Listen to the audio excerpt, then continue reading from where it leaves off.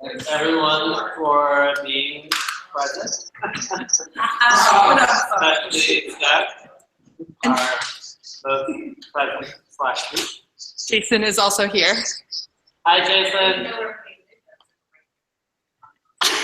Hello, hello. I think we all know what we're doing here. Yeah, you want to go first? How you want me to go first? Can you hear me? Yes. Oh, okay. Do you want me to go first? I'll go first. Maybe while the technology works, I'll go. Yeah? It's working. Great. I'll go. You ready? Okay. Let's do it. All right. I witnessed being present live over the course of 3 different nights. I held the script in hand and I have watched the video in 3 parts twice. All of this occurred without feeling what it actually felt like to be in the room and to feel the energy of the audience around me. Each night I was positioned on a chair among the audience. The green glow from the computer screen with my face smiling in center offered Gabby a visual touchstone of a kind and kindred body. But my positioning was not my position, which was, as it were, seated at my desk in my bedroom with the lamp on and the overhead light off. From the moment I was signed into Google Hangouts, 10 minutes prior to the show opening, I had skipped important steps of the experience. I had never reserved a ticket. I did not even get to pick it up at the door and mingle with the other event goers. I didn't even pay my usual donation. Sorry, Chris. I found myself in the HED, this spirited space, with no greater trouble than simply logging in. The first night began dark. I was party to the backstage of the show. Can you guys still hear me? Yes. Okay. The pre-show preparation, I could see little, but could hear the vocalic uncanny of Evan and Naomi, Josh and Gabby, whose tinny and mic-delayed voices were just out of earshot. They were certainly out of eyesight and out of my limited frame. Turning my head did not change my vantage of the performance, and when the audience entered, nothing I did from my seat in my green room changed the view from my screen. My usually active and audiencing body was muted, and so was my voice. My laughs and smiles, sighs of understanding, and wide-eyed moments of disbelief were hidden behind the same technology, critically engaged in being present. The show I was present for, but felt little of my own presence. I knew that the show started when I heard the clicking, this type clicking that is an often overlooked sub-rhythm to the soundtrack of our lives, was highlighted and made center as the sound corresponded with written texts in fact that were projected on the material screens and scrims descending from the gridwork of the space. These ethereal projections, which continued throughout the show, were permeable and see-through. Whether Gabby was sitting at the desk, leaping in, around, and through boxes, or dancing with her virtual partners, we clicked immediately. When Gabby spoke, her live body voice rang clear and ran a striking contrast to her voiceover voice that was a recording. Her voice, picked up by a mic, recorded, replayed through speakers, picked up by the mic on Naomi's computer to reach my computer speakers and rigged up headphones. Watching Gabby perform, I had never felt so far away. The hand projections inside of the boxes felt physical and conveyed a genuine interest, the imagination inside the box, be that box handheld, backlit, audio-enabled, or otherwise. Jason made his appearance as multiple apparitions across the scrims and danced through the black box. Gabby danced again in and out and amongst his multiple presences, the selves projected simultaneously on several screens, offer a glimpse into both the self-management and self-preservation present at all times when communicating, especially via distance. The emoji balls, the spheres, lanterns, continual turning and revolutions, 3-dimensional representation of the stand-ins for the cycles of emotions and the turnings of days and times, the ebbs and flows of the tide. Hands and feeling were very poignant for me. The waving hands in the boxes, the hands miming of Jason when Gabby blew up the emotion she held in her own hands, the waving, the throwing, the catching, the touching, the typing, and the not touching. I could see and feel the real labor of working to communicate, The delay in the picking up of the lines necessitated by the distance between performers created the space between what is said to internalize the constructed context.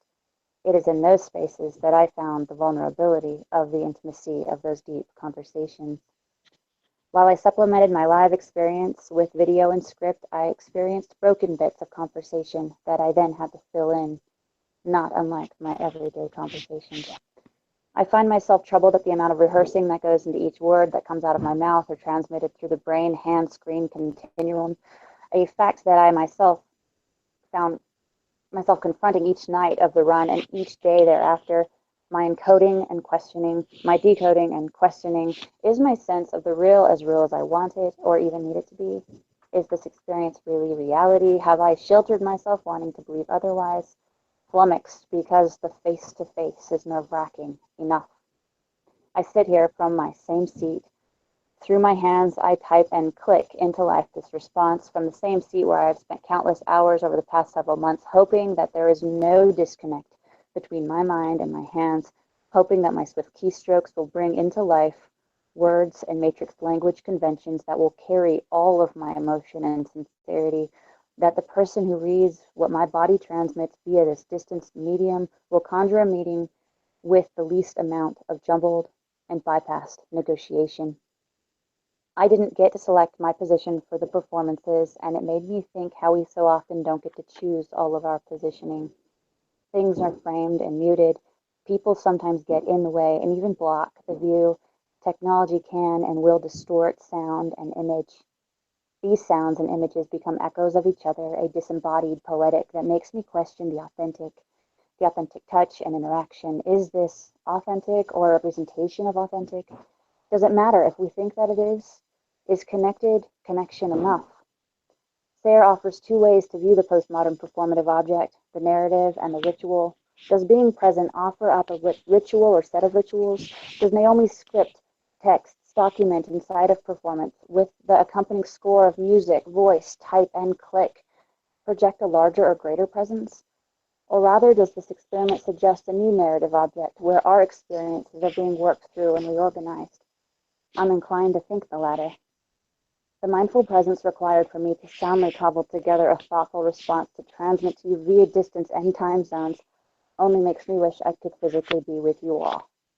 Naomi and Jason and Gabby and Evan and Josh and everyone else involved with this project. Thank you. The distance is real and your performance brought me closer.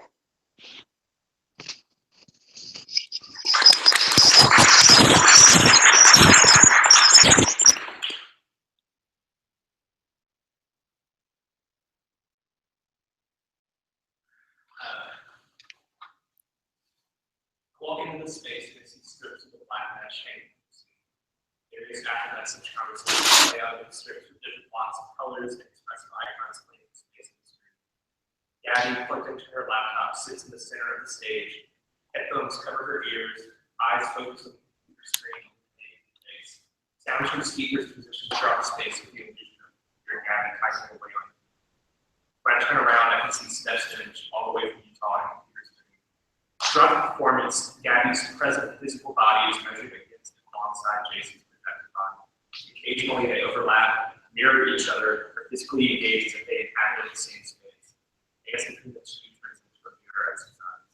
Though Jason's figure is made present through the mediation of the projectors and the speakers, his body is made material through the effect of the projector's light on mesh screens. During the show, the user interface projected onto the screen switches from familiar Apple Messages layout to a stark white text on a black surface, stripping away the polished user-friendly aesthetic and emphasizing the show's focus. Communication between individuals occupying different times and spaces. As Gabby describes the sound filter in his voice, she tells us that she feels like he's visible, someone who gives great hugs and high fives. In fact, some aspects of her online friend are already visible. The vibrations of the air created by the loudspeakers pulsations enter our ears and physically interact with our eardrums. Gabby, as well as the audience, experiences these vibrations as a physical effect on her own body. Gabby's narrative about online friendships made me think about my own early experiences online. I spent time in chat rooms, role play as my favorite characters. I made friends with people and developed crushes. I was 9 years old. The physical, present conceptualization of the online friend balance against that person's absence. pain in my stomach when my mom told me I couldn't talk to just one word or zero anymore. Or when I tried to talk to my internet girlfriend, like we're growing apart. I share this to emphasize the physical sensations that an individual still experiences when communicating with another individual who might not necessarily be present in a traditional sense. Being present's performance choices emphasize the presence of the absent body. The spirit of the person you can sense but cannot locate in the physical effects of this relationship has on the body. This conception of being present draws comparisons to and complicates any failings on how college performance is discussed in Unmarked. Being present features two performers, Gabby's immediate body and Jason's ephemeral body. On stage, we witness two performances. The first performance, Gabby's performance, happens in real time and here and now. The second performance, Jason's performance, happens in another space, occurring milliseconds before you witness the immediate results of that performance. The intertwining of the two performances highlights the immediate and ephemeral elements that are so necessary to live performance. We agree with Phelan that the documentation of the performance is not the performance itself, and what does that mean, Jason? It's not simply content that Gabby engages with to make the performance more interesting. Jason's performance, the height and ephemerality that we perceive from it, plays an important role in the construction of the performance as a whole, as well as a statement that being present makes about performance itself. As I've discussed this show so far, I pulled back to focus on issues of presence and performance. Zooming back in, there were a few things that I especially enjoyed seeing. The different videos and images playing simultaneously across many surfaces of the space. You can interpret these as zeros and ones being made physical, a reminder of how much communication we engage in outside of spoken language. The adventurous and scary use of a performer in a different place. Gabby and Jason perform a convincing relationship and are respecting the amount of work that had been done to synchronize the performances. The online relationships come apart in the end. Like performances, relationships are in the process of ending. There's no way around.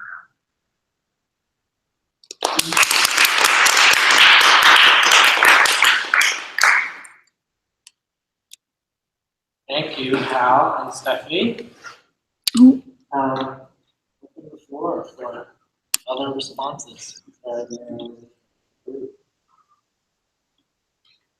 Everyone is now unmuted.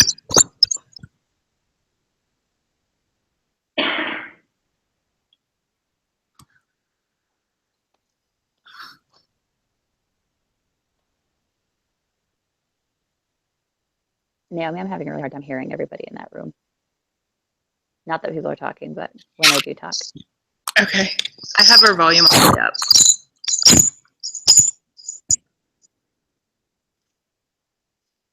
Yeah, I texted you too, Naomi. I can't really hear anybody either. I mean, I heard Stephanie fine because we're on this call together, but which was great, Stephanie. So thank you so much.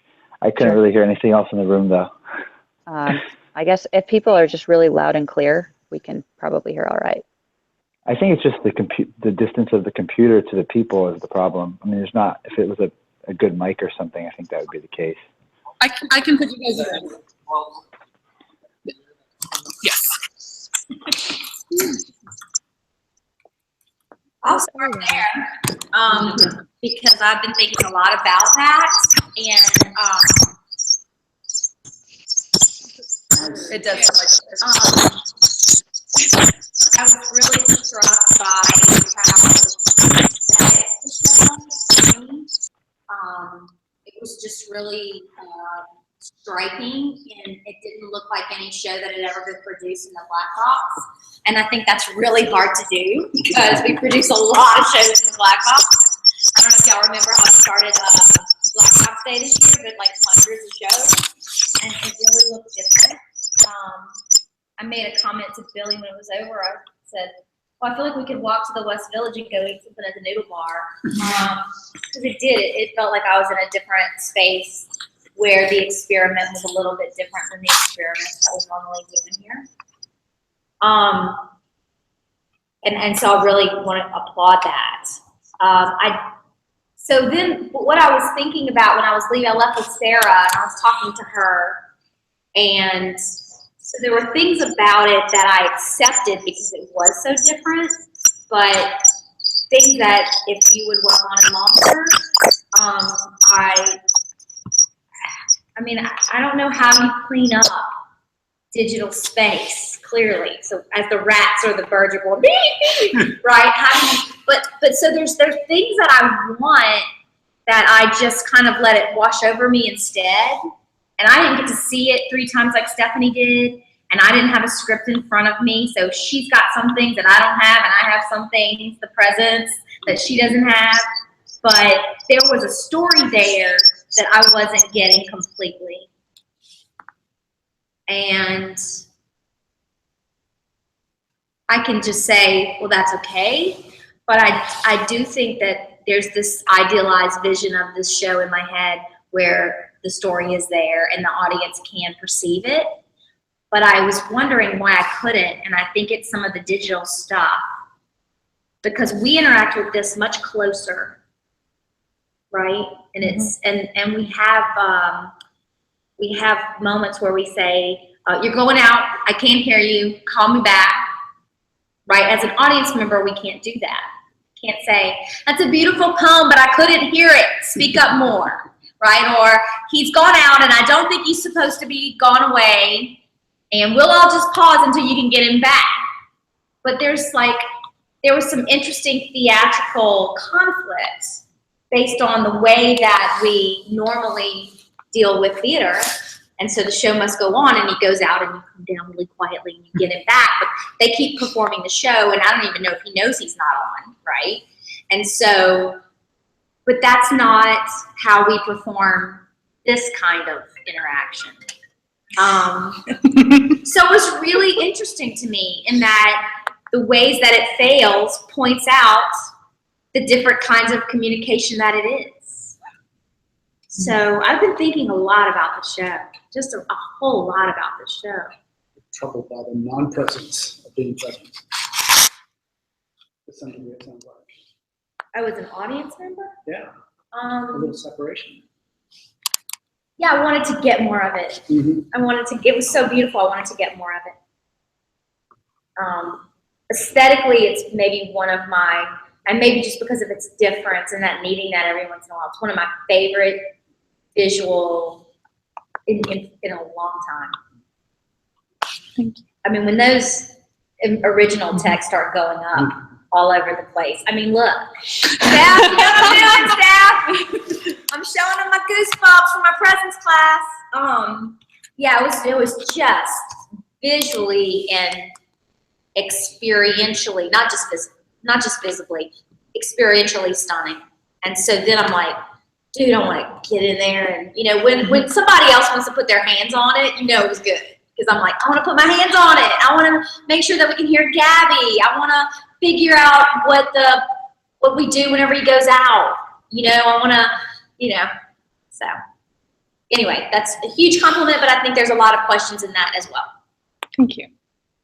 I've been thinking a whole lot lately about convergence between the digital realm and the physical realm, and I've been reading a lot of Fuentes' performance constellation work, that article that was in Texas Performance Quarterly a while ago, and this idea of how our physical performances, then when we put them on the internet or we talk about them, or we involve media, right, and how it gives us all of these possibilities to connect displaced people or to replicate these performances that are happening because we read about them through our media, right, and how much convergence was really in this show, right? From the fact that we have 2 performers, one that's here digitally and one who's here physically, but then the overlap of Jason, right?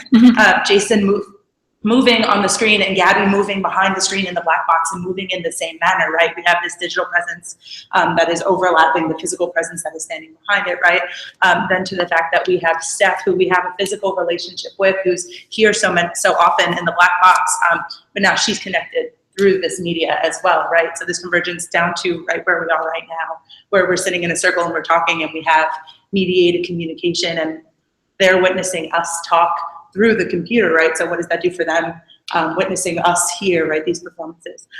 So I really appreciated how much overlap there was with and how convergence kind of was used with this, because being present and talking about online relationships always has that kind of convergence, and then you put that in the show physically, and we experience it here through these conversations that we have. So I thought that was pretty cool. I'd like to just personally congratulate Gabby. I had Gabby in my 2060 class last year, and I think if I said, how would you feel about being in like the only person on stage for 30 minutes, right? I think people would be like, ooh, I don't know if that's like possible. And so like, you know, like experiencing you full-heartedly doing what you were asked to do throughout the process was really inspiring. And I just want to congratulate you for kind of like owning the stage in the way that you did, you know, kind of quote by yourself. It was very inspiring to watch you do that. So congratulations. I love you, Evan. Yeah, I actually want to say the same. I said this to Gabby personally, but I've worked with Jason before, and just thank you, Gabby, for trusting me. The way I cast is very different, and I tend to go for like content rather than experience. And Obviously, and I saw you perform, but then we had several conversations, and your personal experience was very important to this project.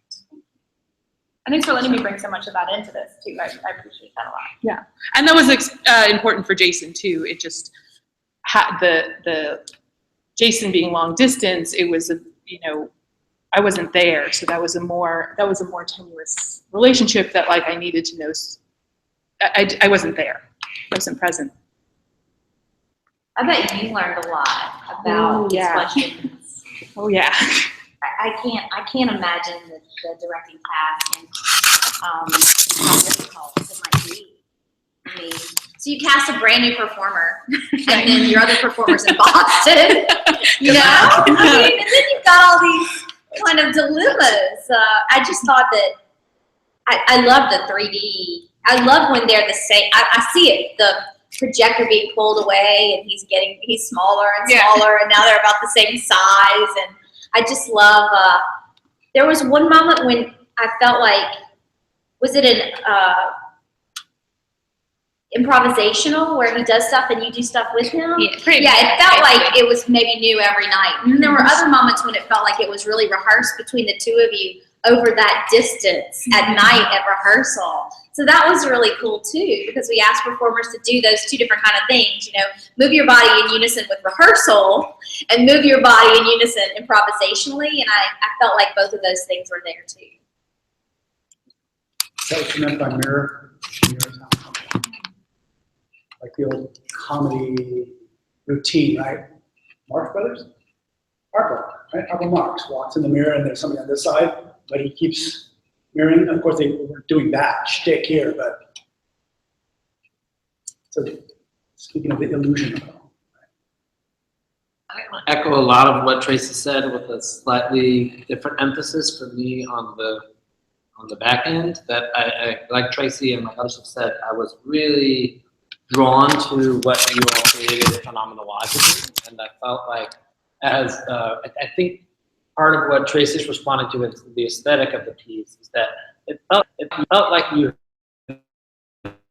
the unnecessary, which made it feel like everything that was on stage was there for a reason. It didn't, even though it was messy, it didn't feel like there was anything that was extra, which then freed my imagination to move into the poetic. And I felt like both performers did a really wonderful job of becoming tuned to each other. And so they had similar vocabularies of moving, so they felt like they were of a piece. You got me, you pulled me in, and I was waiting for what would develop. What I felt happening is that I kept encountering the same conundrum. I kept encountering a sort of general meditation on different modes of presence. And rather than story, one thing that I liked about the piece is that it pulled me away from story. There were things that I would hear that felt everyday, that felt sort of prosaic, but they were pushing towards the poetic. You were inviting me to think about my own virtual relationship, about the power of those online relationships because they allow us to project things from past relationships. There was a variation on Tracy's indeterminate third. It was like an indeterminate fourth or fifth, or the pronouns would start to slide, and I wasn't sure who was talking about who. And I really appreciated that space. I was missing a structure to tell me, here's how these things go. And some of that is because of the technical elements that some of the things didn't become what they are until the day of the performance because of what it takes to make those things happen. But I wonder if a lesson we might all take from this is the importance of, as a director, conceiver, especially of a devised piece, of letting the audience in on the experiment, of giving it chapters. So at a basic level, what if we had Gumbrick's different types of presence and we had chapters, and each chapter was focusing on a different one? If I think about it in terms of Ulmer's My Story, I wonder, I'm seeing the personal, and I'm seeing a sort of popular text. I'm wondering what the professional text is. I'm wondering what the theory is that gives us a framework to make sense of our encounter. Not to take away the questions are all there, but to give a framework around them so that we're part of the experiment and we know what's on purpose and what's on accident. The part that makes that difficult, and a reason why in Michael Bowman's classes, he would always have a no gizmos policy. Is that the gizmos take away some of our ability to respond in the moment with the audience, and precisely take away some of our ability to let the audience in on the experiment. It makes it harder to be open-handed. So everything feels potentially meaningful. When we see Steph we're like, is she doing something? Is she visually, or is she doing video editing in Utah, and that's finding its way in? Everything is potentially in there, so that as much as what we see on stage feels carefully edited, the digital part, the technology piece, doesn't feel edited. It feels like it's driving the ship.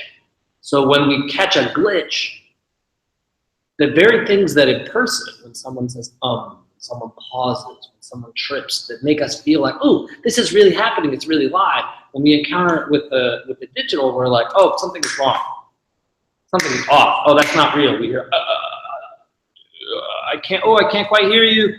Something must be off. And so I shift out of the moment. So I wanted some framework to give me a way into that. And some of that, like Tracy says, is what you can do from here as you keep working in this vein. But some of it is also something I think we can all do more in our process. Thinking, if this is an experimental space, how do we think about our audience from the beginning? Not wait until we get something and then figure out how to put a package around it. Let them in on the experiment, so we're not waiting until it's done and then going, ooh, what do we have? How do we tell the audience what the good parts are, or what we want them to pay attention to? That Reveille sounds great. The night I saw it, it seemed that there were some audience members who were drawn in based just on the Reveille article and the description of their performance. I was wondering if they hung around after and talked to you. They did. No. It was very exciting for me. They were hanging out in the hall and said, Montana and Katie and I were sitting together, and Sarah, Melissa, were sitting together, and they looked at Katie and Montana and said, do you take classes in this department? And Montana talked back and said, yeah, but this performance studies is within communication studies. And then they were asking Katie some questions, and Katie said, oh, no, I'm not in performance studies. I'm in interpersonal, but I really like performance studies. And then they said, are you required to create productions? And then, because I'm just sitting there listening, and then all of a sudden Montana and Katie go. And I said, no, they're not required to create productions, but they're encouraged to, and we often accept people who we think might create productions. But so it was exciting for me, because sometimes when we do a show, our family and our friends and our departmental friends show up, and our students who have to come, and that's about all. And I love the idea of attracting people because the topic is provocative or interesting in the current moment. I mean, we watched people get water bombed in real time last night. It's really important, and the show has some interesting questions right in the current political moment. So it was nice to see those people. I wish that they would have stopped to talk to you after.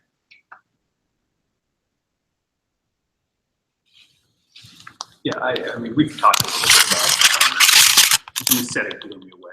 I felt like this was an aesthetic that I had seen in books and knew existed in other places, but I had never actually been able to experience those things. I mean, even going to major production stuff that I've seen, like Las Vegas and stuff like that, like nothing came close to quite what this was for me aesthetically. And so I really, really loved that.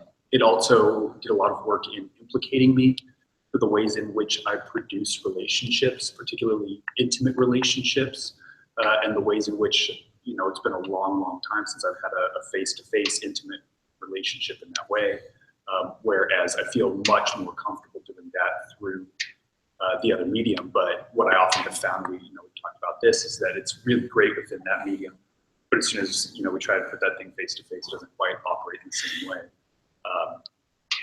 And so I loved how kind of looking at that relationship and how those things can be valued, because oftentimes I go, oh, well, this is a failure of the relationship. And instead, I think the show made me reframe the fact that I could appreciate that relationship as it was, just in kind of the media space. And that, it's okay if it's not this other thing too.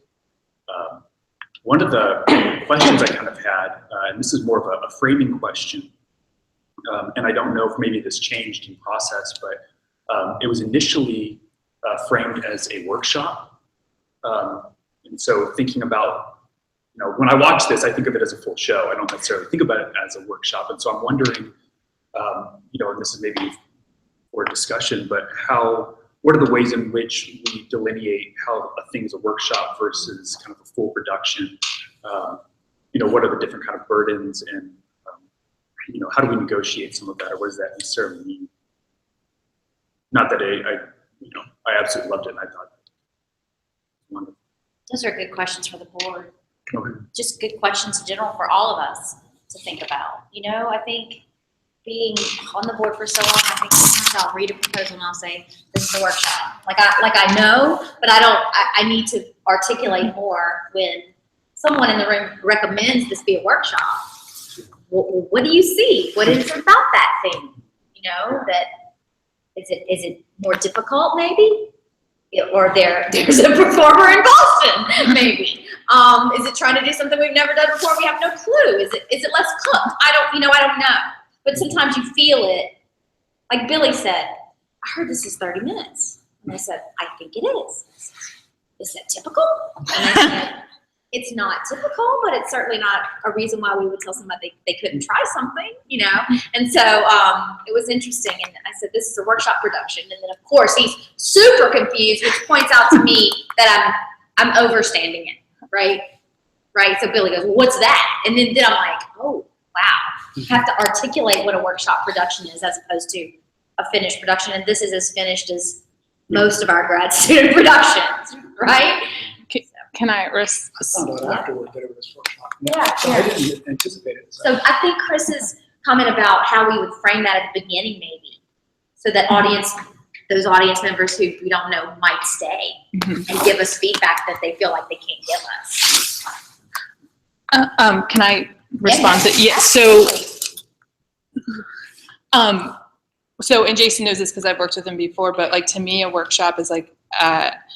And people got confused when I said that because they thought it was like, get up on the stage and do a workshop, which, all the other universities I've been to, we've done workshop productions. And to me, this was a first draft. And watching it, and obviously this show could not be done without the tech. But watching it, I was like, oh, like here's where we could expand. Here's where we could like either like make the story clear or make it more abstract and expand. I got a lot of comments of like we only showed positive imagined interactions from Dr. Honeycutt specifically. So there's a lot of things we didn't touch on, and Jason's been in several of my shows, but like generally I'll do like 3 drafts, and the third one is like the final one. That's what I've done in the past before coming here. So to me, this was very much a workshop, but mostly because it's not finished yet. So. I had this interesting privilege by having conversations with Josh initially, who was working on the show. So when I came in, I had not heard it was going to be 30 minutes until all of a sudden Cynthia's like, oh no, here it's 30 minutes. I said, no, it's an hour, because that's what Josh told me it was. And then there have been changes where, like, as we all do, is that we come to our final performance and things need to be cut. But while in there, thinking still that it's supposed to be an hour, the person who is working along with this told me it was an hour. But then there's this moment where there is this glitch, right? This moment where all of a sudden Gabby's interacting with Jason and you say something and he's not responding and it feels like he should be responding, and then she moves on. But as she's doing that, like, then I start to think about myself and the glitches, and I start thinking about Sam Sloan and Nicole Nicholson's work in glitches, and that these glitches are, if anything, also live and real and part of our own individual mediated experiences, though. And then what does that mean when we do have a live glitch with this mediated body that's not really present, but the glitch itself is then live for all of us there, as well as for that performer in them. So this moment where the glitch happens in that, we all become present in the glitch. And I think I like that, but then I also was wondering when it cut short, I was like, what am I missing? This was supposed to be an hour, right? And then thinking like, was it the glitch then that caused it to be shortened? And like all these other ideas of like going back to the technology as the failure. Then I also had another interesting experience because I'm going significantly deaf in my right ear and slowly deaf in my left ear. And I couldn't understand Jason in that, and I couldn't, so I'm getting partial performance, so when he's doing that, but then it highlights my own abilities with technological things, and I've become very mindful of my own body as present with these technologies and not understanding like things and how I have to go deal with these mediated experiences. So it was, I mean, like everyone said, the aesthetic was beautiful, and that I think was very generative of other ideas of like, what can I steal from this? Right? Yeah, that good. was, Yeah. I want to steal this, I want to steal that, I want to like, oh my God, that was so beautiful. How did the box open and the balloons keep going? And then like all those things I wanted to take, but then also the idea of taking something from my own body, my own experience within that kind of glitch, and the only kind of ways in which I interpret glitches or non-glitches, but things that I'm lacking because of my own limited ability made me feel, or at least made me very mindful of people with different abilities within these types of frameworks and what that means to be a body that has limited capability. So I think of like Terry Galloway as she's going through that, but then we have the other technology that Terry's going through to be able to see, be able to hear, right? So this like kind of point where technology is sometimes takes away, but then also enhances our bodily experiences within all kinds of frames, not just in the theater frame, but outside of here. So I was very very thankful for having it be the internal dialogue that it generated for myself, thinking about so many different things about the body, my own body, other bodies, technology, and as well as this like aesthetic. So like, kind of just, like I say, a good art class is not one that I do anything great. A good art class is when I get to steal, right? When I can steal from that artist and that artist and that artist, because then I can add that and put that somehow into a repertoire that can make my art even better. So from that, like I love the whole show. But the only thing was that the workshop part, like I knew it was a workshop, but I still thought it was going to be an hour, which then like kind of made me wonder about all those things. So I was just trying to piggyback and jump off from that point because it seemed like a good place. But thank you. I just a point of information for folks. Part of the reason why the show was a half hour, and part of the reason why the donations were at $5 were. Those were, I wouldn't say it was an executive decision, but it was a strong urgent for me as advisor to the show. And part of what I felt watching the rehearsal process was an obligation to our audience and to the show, and to try and balance not putting too much pressure on a show or not putting too much pressure on an audience that it couldn't quite handle. And that's part of what workshop meant to me, was this is a piece, and it's not about it not quite being cooked, it's about, boy, I don't want anyone to come to our productions that feel trapped. I don't want anyone to come here and feel like we kept them longer than, I would rather they leave and be like, boy, I want to know more. Boy, that was really interesting. And part of that has to do with my own limited neurochemistry and my ability to like sit still for long periods of time. But part of it also is just this balancing of, we're making experiments. We need an audience to be present for the experiment. We want to take care of them, but we also aren't going to create, we can do Neil Simon. It's hilarious every time. The puns work. You just have to deliver them. But we're trying to make things that aren't there yet. So we're in a constant balance. And a big part of the balance in this production that I wanted to make sure to highlight was the degree of care taken by Naomi and by all of the folks who were involved, thinking specifically of assistant director and of Jason and Gabby as like being invested, Josh being here to kind of tie those things together, people being in a way that's really, this falls apart if Naomi's trying to make it on her own. If she's got that vision. So that stitching together of relationships to make this thing happen is both something that the show needs and in a way what the show's about.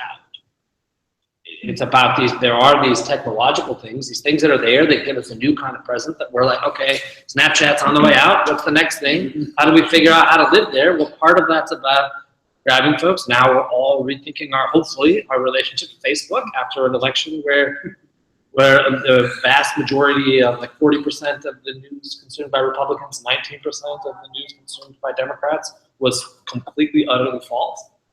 So how do we think what we want out of those virtual spaces? What does that mean for the possibility of democracy, of love, and education? And anyway, I just wanted to make sure that you all knew that and that some of that, although it does come off as short, some of that is also part and parcel with what the show does well, because then it's able to do that one thing really well, which I think ultimately we benefit from, even if we're like, ooh, what's the next chapter? That's a good place for us to be, because then we're really imagining that, as opposed to, I threw everything at the wall, everyone decide what's stuck. I wanted to call back how usage of Phelan and this notion of the ontology of performance and liveness and ephemerality, and then link it with Patrick's comment about we're there together in the glitch. Hate to give this guy any credit ever, but Auslander. He talked back to Phelan and just plagiarize and pretend it's your idea. Exactly. And be really, really awful when you take me to dinner. Yeah, I mean, this notion of having to like learn what presence is in our current existence, and science fiction writers have been writing about it forever.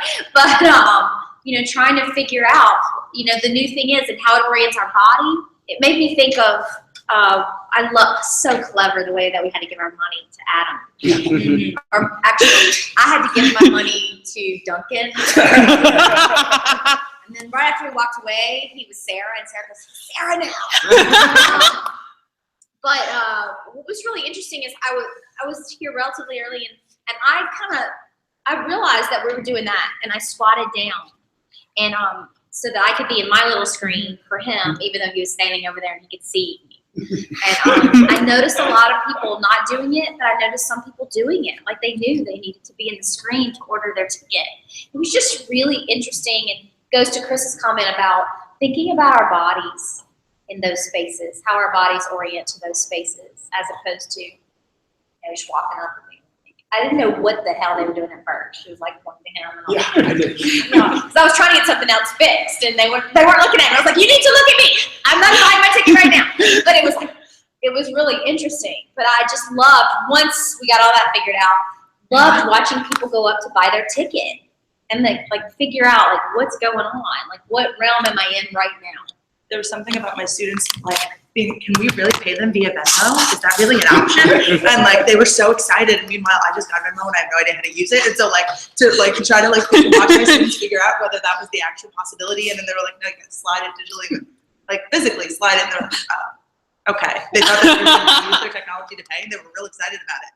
And then all of a sudden, so it was kind of fun to have that at the beginning to set that for them, because I think that made a difference. And I thought that was pretty cool. That was all Adam. I was like, I want to do the interface, but then he wrote his own script. Yeah.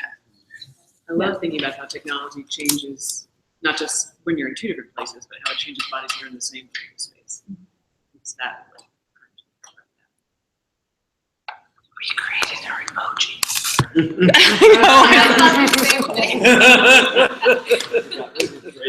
Satsuma emojis. So, I just want to say, like, you mentioned that support, which was absolutely, like, just necessary for this, but also, like, everyone in the department, like, out of the department, like, everyone offered support and was amazing. And, like, Evan was amazing. Like, everyone who's in the show, but then also there was tremendous support I got from in Boston. Like, I got the space donated for Jason to work done in trade. I got it free. This gorgeous space for him to perform. I, had several friends who donated their time, and so just like, and I think I mentioned, like, that got quoted in that article. It's just like the community support for this, like, all over the time zones was amazing. Thank you. It's not often that I ask a graduate student director how it's going right before the show opens. And the answer is it's going great. Everything else is terrible, but it's going great. I remember that conversation. Typically, nothing is going well. And Yeah. so I knew that you were being supported well based on your answer. And only knowing you for about a year and a month, right? A year and 2 months, right? And just, I knew it was going well. I was like, it's going well for her to answer that way. And that's great. That this space, but also other performance communities you've existed in and currently still exist in other places, felt like they were helping you and holding you up. And that makes me really happy to be a part of one of those spaces. I think you put together a great group, right? A group where you could feel that. Yeah. Yeah, we haven't mentioned Giles, but I know that he was. Giles. Giles is just always there. Yeah, I wouldn't be shocked if he commented about that. Yeah. He's just No. He's been speaking. I've been there for a week. Will there be a future manifestation of this? And if so, what kind of adaptations do you think you're going to make? Yes. No, yes, and actually, like, I already knew it was too late for this one to apply for grant money, but there's the Network of Ensemble Theaters has a travel grant, and I'd actually been talking to them for years because they're doing more this type of travel, because more and more artists are doing this, and then actually someone else came up to me and is interested, like, talking about that, and so I think when I was watching it, I was like, I already said there were places where it's like, oh, it could be expanded. Obviously, there's still technology things to fix, like the sound, which is partly the connection and partly, like, we were too far away from the sound system to hook Jason up to the speakers. And I had mentioned that to Hal the day before the show opened. I was like, I can't fix this. I was like, I ran out of time. So yeah, there's a lot of, like, technical and artistic things that I want to keep working on and expanding it. I mean, the original goal was 30 to 45 minutes, and it was actually 20 minutes. But if you count the lobby, it was 30 minutes, and I did. We need to stop because some of us have classes we need to get to. I want to make sure to, first we didn't mention with Chris, I think that it's being able to come off as well due to your leadership, director of the Black Box. And, and especially being able to have this happen so quickly after your own show. That bodes really. Chris, the president. Yes, please. No, please. Leave the chairs where they are. I'm teaching them here next. And you want to, Satsumas, there are Satsumas. They're delayed. They're very impressed. And, there's a ton in the office. And there's a certificate today.